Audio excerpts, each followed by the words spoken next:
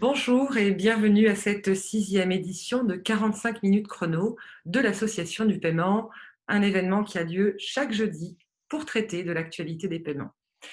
En effet, nous assistons à un changement de paradigme dans les paiements et son usage connaît des transformations et des évolutions dans ce contexte de crise sanitaire.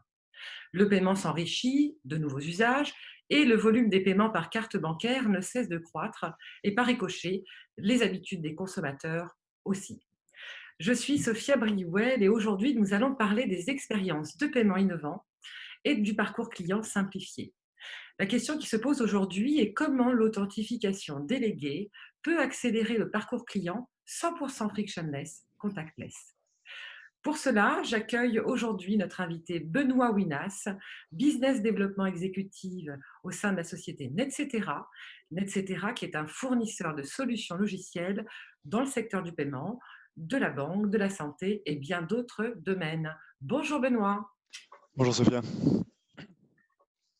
Est-ce que tu m'entends bien? Est-ce que vous m'entendez bien? je t'entends très bien. Très bien Benoît. La première question rituelle pour cette chronique, c'est comment allez-vous et comment vont vos proches? Écoute, tout va très bien pour moi. Mes proches vont bien aussi. Impatient de pouvoir voyager à nouveau pour venir en France et les voir, étant donné que je suis basé à Berlin en ce moment. Mais la crise semble s'être amenuisée, si je peux dire. Donc j'espère pouvoir rentrer rapidement, normalement début juillet. Je l'espère pour vous.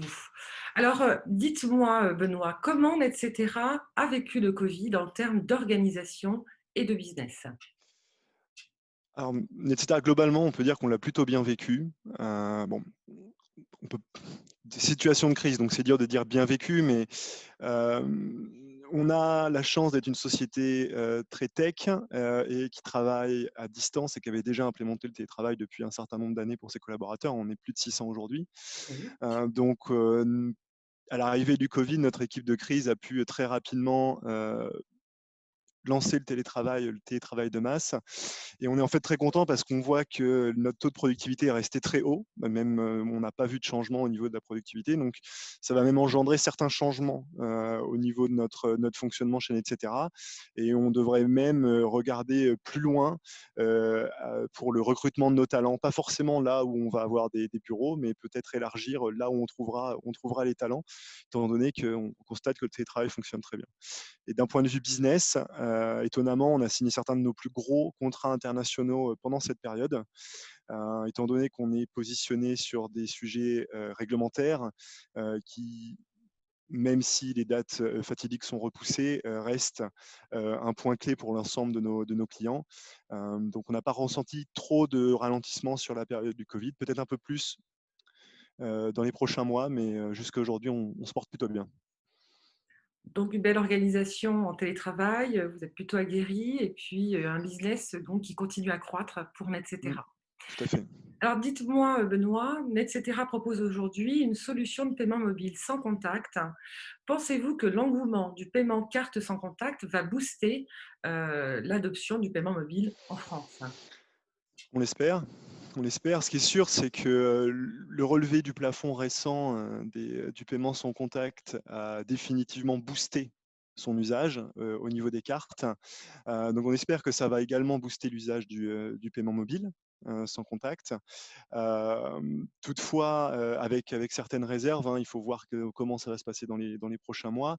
Et je pense qu'il y a une attente forte de la part des clients français d'avoir euh, la meilleure expérience utilisateur pour pouvoir se lancer complètement dans le paiement mobile. Donc, on a la chance de voir encore une fois, chance dans une période de crise d'avoir une vague d'adoption du paiement sans contact et on espère qu'en effet en France, ça va avoir un certain impact positif.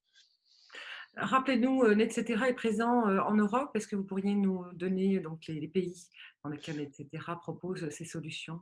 Tout à fait. Alors, Nesta, on est une société suisse, donc on a été créé en Suisse, notre siège est à Zurich, et on est principalement aujourd'hui présent sur la région Allemagne, Suisse, Autriche, où on travaille avec plus de 80% des issuers, principalement sur notre produit 3D Secure ACS, mais également on a plus de 220 banques qui utilisent aujourd'hui notre solution de wallet. dans cette région. Donc on est Ouais. très Oui. fort sur cette région. Alors justement, vous me parlez là à l'instant de wallet. Votre offre de paiement mobile permet d'enrôler la carte via un wallet pour faire du paiement mobile. Mmh. Donc, je suppose que vous êtes token requestor, Visa, Mastercard. Tout à fait. Avez-vous envisagé d'étendre votre offre à carte bancaire? Oui, oui, c'est évident. Donc en effet, on est token requestor Visa et Mastercard depuis un certain nombre d'années maintenant. Ça fait, 1 an et demi qu'on accélère et qu'on souhaite pénétrer le marché français. Comme je disais précédemment, on est très présent sur une région et depuis maintenant 2 ans, on a mis en place un plan de croissance international. Et donc la France est devenue même est devenue la priorité numéro un en Europe, d'où l'ouverture d'ailleurs d'un bureau à Paris, donc d'un bureau en France en tout cas qui est en cours. Et bien sûr, si on souhaite rentrer sur le marché français, s'intégrer avec CB est un incontournable. Donc on est aujourd'hui token requestor pour Mastercard et Visa en étant relié à leur token service provider MDES et VTS. Et on regarde de très près également l'intégration des cartes bancaires, aussi bien techniquement parlant que côté business. Donc on avance sur ces sujets-là. Bien sûr, l'obtention d'un premier client pour l'usage des tokens CB accélérera très fortement cette adoption. Merci Benoît pour cette précision. Alors, vous parliez à l'instant un peu de sécurité. Comment Mmh. assurez-vous la sécurisation de vos solutions de commerce de proximité avec Mmh. cette offre de paiement, mobile? Alors, de façon générale, hein, l'offre de paiement mobile assure un niveau de sécurité fort via 3 aspects. Le premier, c'est que la carte qui est utilisée dans le paiement mobile, comme vous l'avez bien dit, c'est un wallet, donc c'est une carte qui est tokenisée. Ce n'est pas le vrai numéro de panne qui est enregistré sur le téléphone et donc pas le vrai numéro de carte. Premier point. Le deuxième est que lors d'un paiement supérieur à donc 50 euros, étant donné le relèvement du plafond, on va forcément utiliser une authentification forte, une authentification biométrique qui va être soit via le fingerprint ou via le Face ID pour une meilleure expérience utilisateur. Et enfin, le dernier point, c'est que sur le mobile, l'avantage, c'est qu'on peut désactiver le NFC. Donc aujourd'hui, on utilise énormément en France la carte sans contact. Et l'avantage parallèle du mobile, c'est que le NFC n'est pas toujours activé. Donc ça fait aujourd'hui une troisième sécurité au niveau du paiement mobile. Et plus particulièrement maintenant, donc là je parlais globalement sur le paiement mobile, mais plus particulièrement côté Netcetera. Pourquoi est-ce qu'on travaille dans le paiement aujourd'hui chez Netcetera? C'est pour augmenter la sécurisation des paiements et la sécurité des transactions pour les utilisateurs. C'est un motto chez Netcetera de développer et de s'engager dans des projets avec un impact positif pour les utilisateurs et pour la communauté. Et donc, la raison pour laquelle on est dans le paiement, c'est cet aspect sécuritaire. C'est comme ça qu'on a développé notre plateforme de tokenisation, notre plateforme en tant que token requestor, mais également la partie qui va être intégrée dans les mobiles, qui c'est-à-dire le SDK HCE, qui va permettre de faire l'appel des clés et la tokenisation dans le mobile. Et donc ce produit en lui-même, on l'a développé de façon à ce qu'il n'y ait pas de backdoor et on est allé vraiment plus loin encore que ce qui était demandé pour les certifications sécuritaires et on a pensé un cran au-dessus dans le développement de nos produits. Tout ça sans impacter l'expérience utilisateur qui, on le voit bien, aussi bien sur les marchés sur lesquels on est déjà présent que sur les marchés sur lesquels on veut croître et doit être au centre du paiement. C'est l'expérience utilisateur qui doit être au centre du paiement. Très bien, donc effectivement, des certifications et puis, un standard, de manière sécurisée. D'un point de vue, là, on a parlé vraiment de la partie, commerce de proximité. Mhm. Sur l'aspect, on va venir un petit peu sur le côté e-commerce. D'un point de vue e-commerce, quelles sont vos solutions? 1re question, il va y en avoir, 3 d'affilée. Sont-elles compliance DSP2 et RTS notamment? Et à qui s'adressent-elles ces solutions de e-commerce particulièrement? Alors, côté e-commerce, on va pouvoir différencier nos solutions en 2 groupes, si je puis dire. Le 1er groupe qui va être lié à ce que je présentais précédemment, la partie tokenisation. Les schémas, donc Mastercard, Visa, et également CB, se lancent la partie tokenisation pour les marchands. À savoir qu'aujourd'hui, on est capable, et les PSP sont capables de proposer une tokenisation pour leurs différents marchands, mais la tokenisation des schémas est une nouvelle offre, hein, qui est fortement poussée et va faire que ces tokens seront plus sécurisés et plus facilement acceptés dans le cadre du paiement. Donc ça, c'est un premier point. Et le deuxième, qui est un axe majeur pour nous, c'est la partie 3D Secure. Et donc, on est fournisseur de technologie et on a développé l'ensemble des composants qui permettent de faire une transaction 3D Secure aujourd'hui en ligne. Donc, on va être capable d'adresser aussi bien les marchands, les acquéreurs, les PSP et les émetteurs, sachant qu'on est dans un marché qui se mélange et où chacun peut avoir plusieurs casquettes, à travers trois produits principaux, qui va être notre SDK certifié 3D Secure, notre 3DS Server anciennement appelé MPI dans la version 1.0 de MV et donc 3DS Server dans la version 2.0 et les suivantes, et notre ACS, Access Control Server pour la partie émetteur. Donc tous ces produits sont certifiés EMV 2.2, c'est la dernière release de MV, et on est assez fiers de dire qu'on a été les premiers en Europe à certifier notre 3DS serveur en 2.0. On a été également les premiers à certifier notre ACS en 2.1, et on souhaite continuer à être dans les premiers à certifier nos produits selon les normes et les spécifications MVCO et les spécifications des schémas qui vont bien derrière. Alors, je crois avoir compris à l'instant que ceux qui peuvent s'intégrer à votre plateforme sont les PSP, entre autres, et les Mmh. marchands. Tout à fait. Alors, on va plutôt avoir une tendance à s'adresser directement au PSP parce qu'on est vraiment fournisseur de technologie. Et donc, sur la branche du paiement, on va avoir en effet la partie authentification où nous, on va avoir l'ensemble des briques technologiques, mais il reste la partie autorisation derrière, qui est le métier des PSP. Et donc, la plupart des marchands souhaitent avoir une offre qui va être plus packagée et embarquer l'ensemble de la chaîne des paiements. C'est pour ça que nous-mêmes, ne faisant pas l'autorisation, on s'adresse plutôt au PSP. Par contre, on voit quand même un certain shift pour certains marchands qui souhaiteraient internaliser ce type de compétences et qui parfois vont aller chercher les différentes briques séparées auprès de différents acteurs. Donc, on a aussi certains marchands, grands marchands, qui peuvent nous approcher, même si ce n'est pas encore la tendance ou une norme aujourd'hui. Mais on attend peut-être un certain shift de ce côté-là, justement avec la combinaison de nos offres 3DS serveurs et de nos offres de tokenisation. Très bien. Alors, je rebondis un peu sur cette notion de tokenisation Mhm. schéma. Ma question est: quel est l'intérêt du passage vers la tokenisation schéma pour le marchand, d'une Mhm. part, et puis pour le consommateur, d'autre part? Alors, les intérêts du marchand et du consommateur sont en toute logique assez liés. Donc, l'intérêt numéro un de cette tokenisation du schéma, c'est la gestion du cycle de vie du token. Aujourd'hui, quand vous rentrez une carte sur un site marchand et qu'elle est tokenisée par un PSP, demain, si la carte est bloquée ou la carte expire, le PSP ne sera pas informé. Et donc, du coup, la carte risque d'être bloquée lors d'un prochain achat. L'intérêt de cette tokenisation schéma, c'est qu'étant donné qu'elle passe par les serveurs de Mastercard, de Visa et de CB éventuellement, il va y avoir une détection automatique donc de la date d'expiration, du blocage, parce qu'il y a un lien qui est fait directement avec les émetteurs, et donc un renouvellement du token sans avoir besoin que le client en lui-même ait besoin de le renouveler sur le site marchand.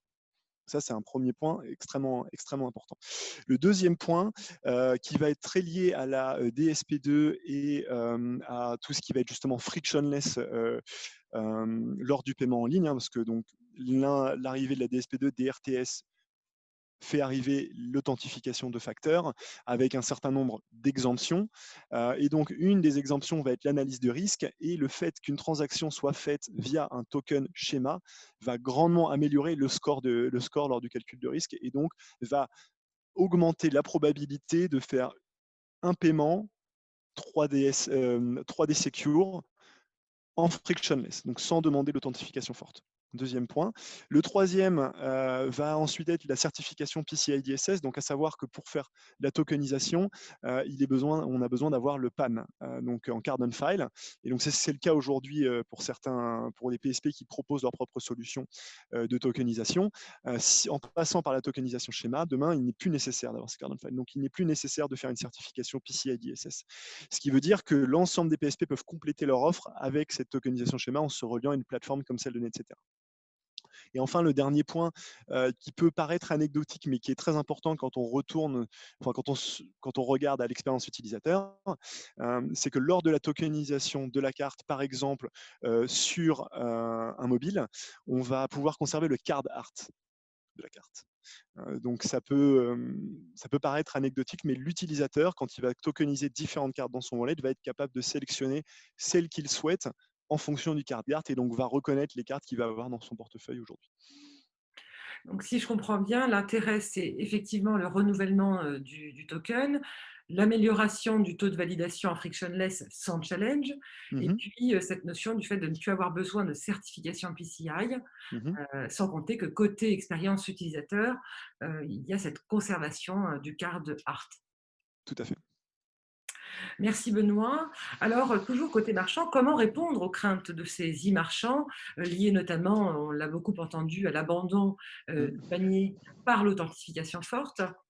Comment vous répondez aujourd'hui à vos e-marchands? Alors, l'authentification forte est un fait. En effet, c'est une crainte pour les marchands d'implémenter cette authentification forte. Quoique sur un marché comme la France, ce qui est assez paradoxal, c'est qu'on est habitué à l'authentification forte depuis un certain nombre d'années. Le réflexe authentification sur son application bancaire ou via un SMS pour pouvoir payer en ligne n'est pas arrivé avec la DSP2 en France.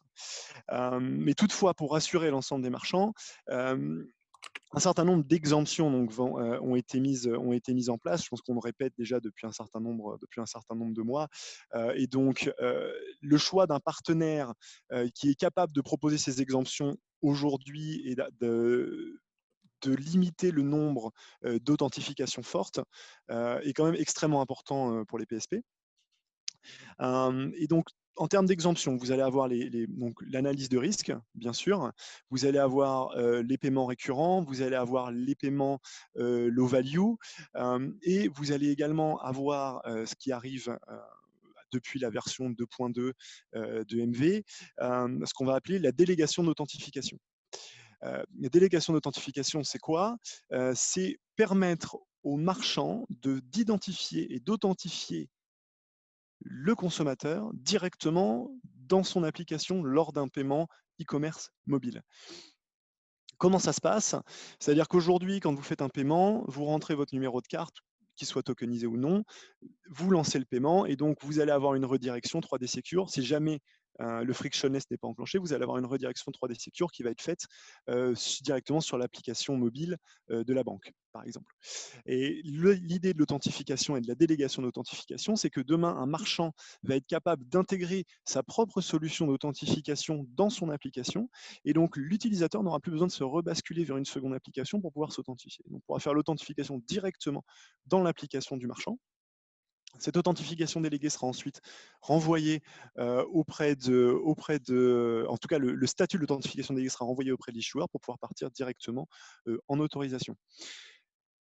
Ce système d'authentification déléguée, les émetteurs doivent toutefois l'approuver en souscrivant, si on peut dire, en faisant partie des programmes des différents schémas. Et donc, qui vont devoir faire partie, donc, aussi bien chez CB, Mastercard et Visa, du programme qu'on va appeler, où les schémas vont se positionner comme des brokers, pour pouvoir dire nous acceptons l'authentification déléguée comme un moyen d'authentification forte. Pourquoi passer par ce type de programme avec les différents schémas? Parce que sinon, ça amènerait des contrats spécifiques entre chaque marchand et émetteur. Et donc, à partir de là, vous vous retrouvez avec un émetteur qui va devoir repasser donc d'abord toute la phase contractuelle, puis la phase d'intégration, puis la phase de test avec chacun des émetteurs et vice-versa. Et donc, un process de longue durée. Et ce que vont faire les schémas, c'est ils vont proposer aux marchands de faire du opt-in donc d'embarquer ce point d'authentification déléguée et de proposer une solution d'authentification qui aujourd'hui peut être une solution certifiée FIDO. Donc les schémas ont intégré FIDO Alliance et acceptent FIDO comme un moyen d'authentification déléguée. Et les émetteurs vont devoir aussi rentrer et contractualiser avec les différents schémas pour pouvoir ensuite faire partie de cette liste qui accepte l'authentification déléguée. Oui, donc si je comprends bien, on pourrait même dire qu'avec le Covid, les consommateurs sont déjà sensibles au parcours simplifié. Et là, avec l'émergence des solutions et de la sécurité que vous avez par le 3DS, le marchand peut permettre un parcours 100% frictionless et contactless par cette authentification déléguée. Tout à fait. Tout à fait. Donc c'est un. Alors il faut garder en tête hein, que l'authentification déléguée initialement est vraiment a été créée pour l'authentification e-commerce, pas forcément l'authentification marchand. Maintenant, ce qu'on voit chez Netcetera, c'est qu'on y voit une nouvelle application et on y voit une utilisation qui pourrait permettre d'apporter cette croisée des chemins entre l'expérience utilisateur en magasin et l'expérience utilisateur e-commerce, et qui pourrait permettre une dématérialisation complète et un parcours complètement frictionless et contactless en magasin. D'accord, donc un nouvel usage avec l'authentification déléguée qui est à la base prévue pour fluidifier le parcours client côté mobile, Tout à qui fait. va permettre finalement d'avoir un parcours client 100% frictionless et contactless en magasin. Tout à fait. C'est ce qu'on voit aujourd'hui et c'est ce qu'on analyse chez Netcetera en tout cas. Eh bien, ce que je vous propose, Benoît, c'est qu'on va passer votre démo en vidéo. Juste un petit instant, le temps que je récupère la vidéo. Et je vais vous demander si vous pourriez nous commenter cette démonstration de cette authentification déléguée, donc prévue à la base pour l'e-commerce, mais qui est applicable et qui fait converger l'e-commerce et le commerce de proximité. Alors, je vais On partager l'espère. mon écran. On l'espère. Voilà, je récupère la vidéo et je la lance tout de suite en vous partageant l'écran.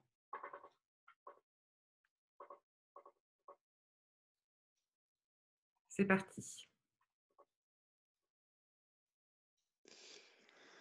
Alors la vidéo hein, va se passer en deux phases. D'abord une première phase de tokenisation d'une nouvelle carte et enfin une phase de paiement avec simulation d'une paiement éventuellement en magasin. Ici, tokenisation de la carte via notre application, etc., notre application de démo, avec l'entrée du CVM, et attention, ça va être rapide, l'authentification via le Face ID.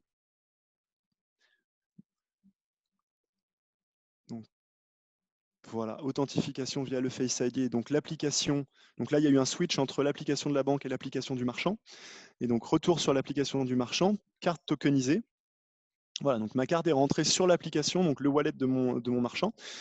Ensuite, en magasin, je vais prendre un produit directement à l'intérieur du magasin que je vais pouvoir scanner. Scan du produit, ajout dans le wallet, ensuite ajout au panier, ouverture du panier. Ensuite, on va cliquer directement sur le checkout, choisir sa carte, donc avec les différents cartes art comme j'expliquais. Face ID directement, authentification dans l'application du marchand, pas de passage par l'application bancaire, paiement effectué, et on pourrait imaginer donc une sortie du magasin. Très bien. Et là, je vois que, bon, bien que ce soit une démo, on arrive à 1 minute. Alors, quel est le timing réel si on devait imaginer qu'on est en magasin et qu'on doit scanner et enrôler tout ça Alors, je ne partirai pas sur 1 minute. Je ne pourrais pas vous dire le timing réel aujourd'hui, hein. Comme je disais, c'est une application qu'on voit dans le futur du futur de l'authentification déléguée. Donc, je ne pourrais pas vous dire exactement le temps. Ce qu'on souhaiterait, bien sûr, c'est toute l'idée de l'authentification déléguée, c'est une expérience utilisateur améliorée. Donc, on souhaiterait pouvoir atteindre euh, un niveau de réponse qui soit très fort. C'est sur quoi on va travailler. Très bien, écoutez, pour moi, c'est très clair. Merci d'avoir répondu à mes questions. Place Merci. maintenant aux questions de nos participants. Pour le moment, j'en ai deux. Je commence par la première, une question de Philippe Coiffard. D'ailleurs, j'en profite pour le saluer. Bonjour Philippe. Alors, on parle d'analyse comportementale du client. Pourquoi Mhm. insister avec la carte qui n'est pas friendly avec ce besoin? Pourquoi ne pas proposer un instant payment qui répond à 100%? Bonne question. Ma première réponse serait que l'instant payment aujourd'hui n'est pas une norme en France. 80% des paiements se font via la carte et donc l'utilisateur reste un utilisateur très carte aujourd'hui. Euh, L'instant payment en application directement en effet sur ce sujet wallet hein, et mais même sur cette démo pourrait en effet être une réponse qui n'est pas du tout n'est pas exclue. Donc c'est pas là-dessus qu'on a orienté cette présentation. Nous-mêmes, on est très orienté aujourd'hui dans notre business sur les sujets cartes. Mais en effet, l'instant payment pourrait être une réponse. Mais j'aurais tendance à dire que il faut attendre de voir l'adoption de l'instant payment par les Français pour le paiement en magasin et même sur le paiement en ligne, les Français utilisent majoritairement la carte, très peu les différents wallets ou très peu les différentes solutions qui ont pu être mises en place par Visa ou Mastercard, par exemple comme Visa Checkout ou Masterpass. Donc, c'est pas techniquement faisable, tout à fait, à voir ce que le marché en dira. Merci pour cette réponse, Benoît. Deuxième question de Sébastien Loiseau. Bonjour Sébastien. Visa est en train de revoir son programme de délégation suite aux remarques des issuers qui sont contraints par la réglementation à une obligation d'audit des solutions d'authentification déléguées aux marchands. La question des contrats bilatéraux entre les marchands et les issuers est au cœur de ce sujet. Alors en effet, hein, je ne suis pas étonné par la remarque de Sébastien. C'est un sujet qui est nouveau, pas encore déployé et qui va certainement faire du bruit. La première fois que nous, on a présenté l'authentification déléguée, c'était à Berlin au Merchant Payment Ecosystem. Et en effet, un des points et un des retours qu'on a eu, c'est que les issuers estimaient que les marchands n'avaient pas assez d'informations pour pouvoir, auprès de la part des utilisateurs pour pouvoir, et les KYC n'étaient pas assez bons pour pouvoir faire de l'authentification déléguée. Les marchands expliquaient bien sûr le contraire, et que s'ils voulaient conserver un taux de conversion assez fort, dans ce cas-là, l'authentification déléguée serait extrêmement importante. Donc il y a encore des discussions aujourd'hui. Je ne suis pas dans les discussions avec Visa, mais en effet, je ne suis pas étonné qu'il y en ait. Très bien. Alors, une autre question anonyme. Les banques émettrices françaises sont-elles favorables à déléguer leur authentification à des wallets tiers? Ne risquent-elles pas de perdre leur contrôle sur la lutte contre la fraude? Il va falloir en effet qu'elle le valide. Comme je disais, sur l'authentification déléguée, il y a un système d'opt-in, donc les banques peuvent décider ou non de participer à l'authentification déléguée. Si jamais elles ne le souhaitent pas, elles peuvent totalement se retirer, elles peuvent même se retirer pour un certain nombre de bin range, donc elles ne sont pas obligées de se retirer pour l'ensemble de leurs cartes. Donc là, ça va être une décision stratégique de la part des banques. Ça rejoint un petit peu ce que je disais précédemment. En effet, on a vu des banques qui disent que les marchands ne vont pas avoir assez d'informations et donc qu'elles ne pousseront pas dans ce sens. Là, ça va être en effet une discussion générale entre les banques et les marchands, sachant qu'à partir du moment où les banques adhèrent à l'authentification déléguée, elles ont la responsabilité et la liability est de leur côté à partir du moment où elles incluent un des programmes, le programme d'un des brokers. Donc il peut y avoir en effet une peur de la part des banques de déléguer cette authentification. Là, encore une fois, seul le futur nous le dira. J'aimerais justement en parler avec les banques et voir quel est leur point de vue au niveau des banques françaises actuellement là-dessus. Merci Benoît. Une autre question de Denis Le Sieur, que je salue. Dans la démo, les cartes enrôlées étaient, semble-t-il, monoskim.